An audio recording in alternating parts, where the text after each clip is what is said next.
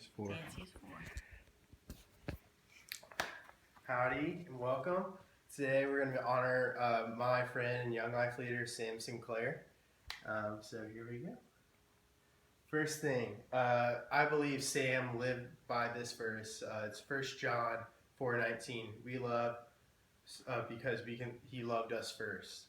And I think he lived that verse out, meaning that he saw how Jesus loved others and he wanted to do it in the same way. And that's true love. So here are my sources. It's only one. It's the Bible first. All right, accomplishments. Sam Sinclair had many accomplishments, but I'm going to only talk about two. One, he graduated from Colorado State University in 2003. And probably one of what he'll say is his finest moment or his greatest achievement was being in the Colorado State football promo video. As you can see there, he's like one of like 100 people in the stands because their football team is just so bad, and he's just freaking out, and he was like he's like the first scene of the football promo. So he'll say that that's his greatest accomplishment, but I disagree. I think his greatest accomplishment was that he was a volunteer young life leader for 12 years. That started back in Colorado State, his Colorado State years, and carried on until he was about 30 years old. So, here we go. Pure, unselfish motives. Sam was the greatest young life leader I've ever known, I've ever met, and greatest guy I've ever met. He had this humility about him that drew people near to him. Like you just love being around him because you know you're gonna have a fun time. He's funny, fun to be around, but also that he was just nothing was about him. It was like always about you. And you're just like, man, I want to draw near to this person. So I thought that was the most amazing thing a person can have. Also, as a young life leader, I think he was the best young life leader because of these two stories I'm about to tell you. This picture is taken at a College Park high school football game. You see Sam's right in the middle, and he's all painted up without a shirt, along with all his high school friends.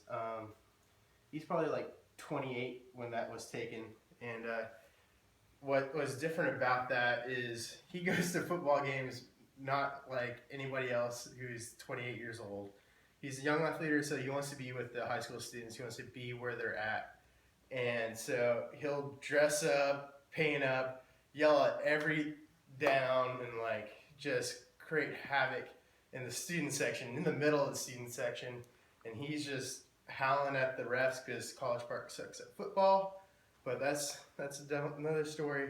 But he's always in the middle of it, wanting to be around people he loves or people who don't know Christ's love and wants to show them that love. Also, second story I want to share with you about Sam is our College Park hockey games. I was on the College Park hockey team, and all we all ever seen was parents in the stands. No friends, maybe some siblings, but no one came to these high school hockey games because we're in Texas. No, there's no such thing as hockey down here.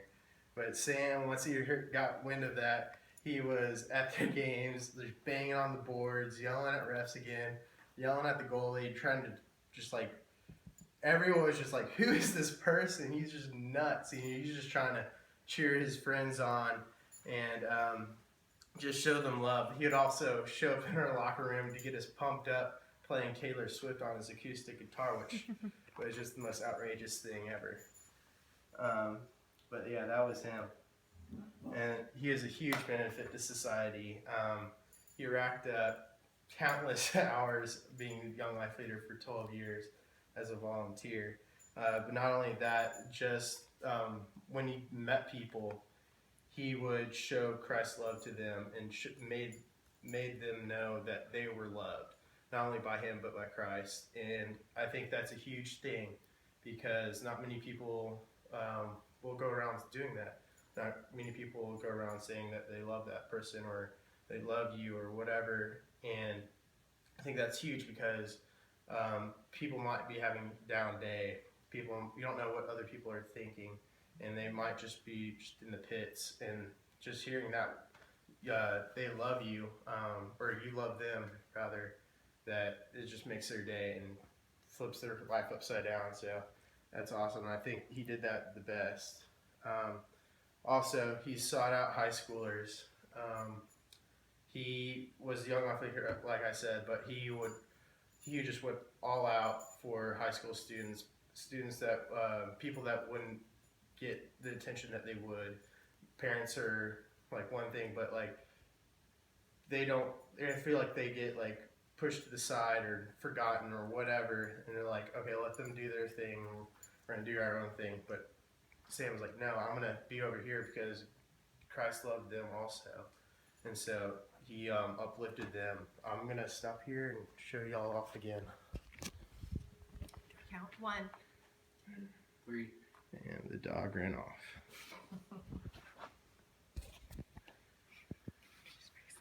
And I think just the benefit society would be kind of summarized as he would give you the time of day. He wouldn't knock you off to the side. He wouldn't ignore you. He wouldn't make sure you were loved by him and know that you were loved by Christ also. He would make sure you would be the 100% on the spot. And that's where the humility also comes in, that he wouldn't shine the light on him. He would only shine the light on you. So that's super cool. Finally, conclusion. Sam was the greatest young life leader I've ever met, ever know, ever will know. And I think he did that so well because he loved people so well. He did that so well because he put Christ first in his life and followed that example, like 1 John 4:19. We love because he first loved us. And he follows after Christ and then loves us. He loves Christ and then he loves us. So I think that's why Sam is such a great human being and young life leader and a friend. So thank y'all. And here's everyone again. 1, 2, 3. 4.